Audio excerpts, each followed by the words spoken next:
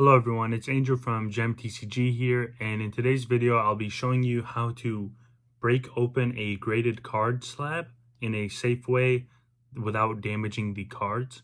So the reason I'm making this video today is because I recently bought a collection and there were a few graded cards in there that were from like random grading card companies and actually had more value raw than they did in the slab that they were in. So I was planning on breaking it, but I figured I'd rather make a video and show you guys how to do it as well, because when I first started out, I had no idea how to do this, so I would just have to resort to selling them in the slab and taking kind of like a loss.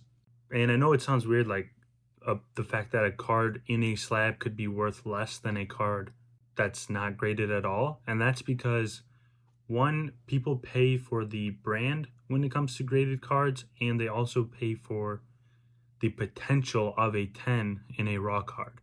So like if I have a near mint card, people would pay for it assuming or hoping that they could get a 10, and they would be willing to pay a premium on that. However, if someone bought a PSA 9 card, they know that no matter what, that card is a 9 and that will not change. So it's like a guaranteed number, if that makes sense. And the other thing is BGS or AGS 9 is worth less than a PSA 9, and like certain companies or certain brands sell for a lot higher, and PSA of course is the number one when it comes to sales because it's the largest brand and it has the most authority in the Pokemon market and sports market as well. But that's just how it is. I know some people like CGC and BGS more, but at the end of the day, the market sides more with PSA, and those cards that get graded with PSA usually always sell for a higher price and have a higher sales value. And this is the card I'll be breaking. It's a AGS 9.5 Charizard EX Special Illustration Rare. I believe this is the company that Rudy is a part of, AGS. I think I've heard him talk about it in a few of his videos. And I tried looking up the sales on it, and I only saw one that sold for like $100, and the card is worth like 80. But I don't know how long it took for them to sell, so I figured I'd just sell it raw because I have no problem selling cards raw at a higher price. So I figured I'd just go that route than take the time to sell it in the slab. So you'll need two tools for this. One is like a wrench like this, and then a thin, as you can see, it's like a very thin, I don't even know what this is called, but it'll be used in the later step. But first, you have to take this, and then you kind of go at the corner of it. So like right here. And you want to go at the corner where the label is, not at the bottom, because you could risk getting it cracked and then damaging the card. So you have more safety if you go at the top.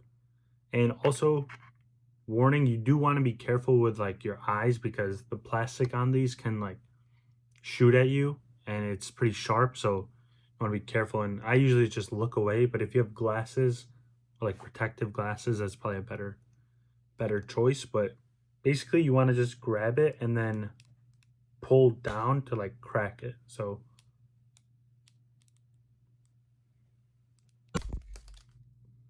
okay, so now there's a crack right there, and then as you can see, like it's pretty sharp, so you don't want to get that like hitting you. So then that's where this part comes in. You want to kind of go in the crack and then just like pry it out, like go back and forth and loosen the connection. So like I got it in there and then I just push back and forth.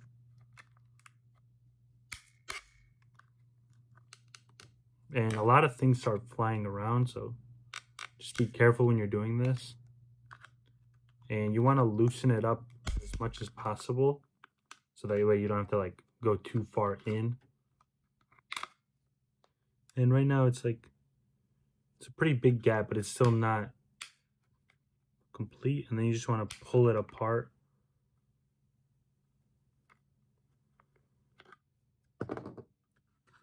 Or if you get to a certain point, you could just like drop it out, but I'm just gonna try to rip it.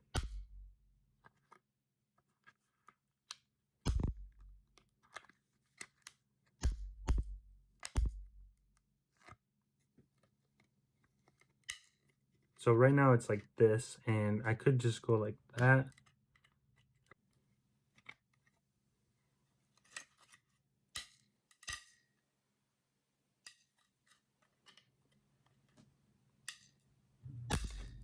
Okay.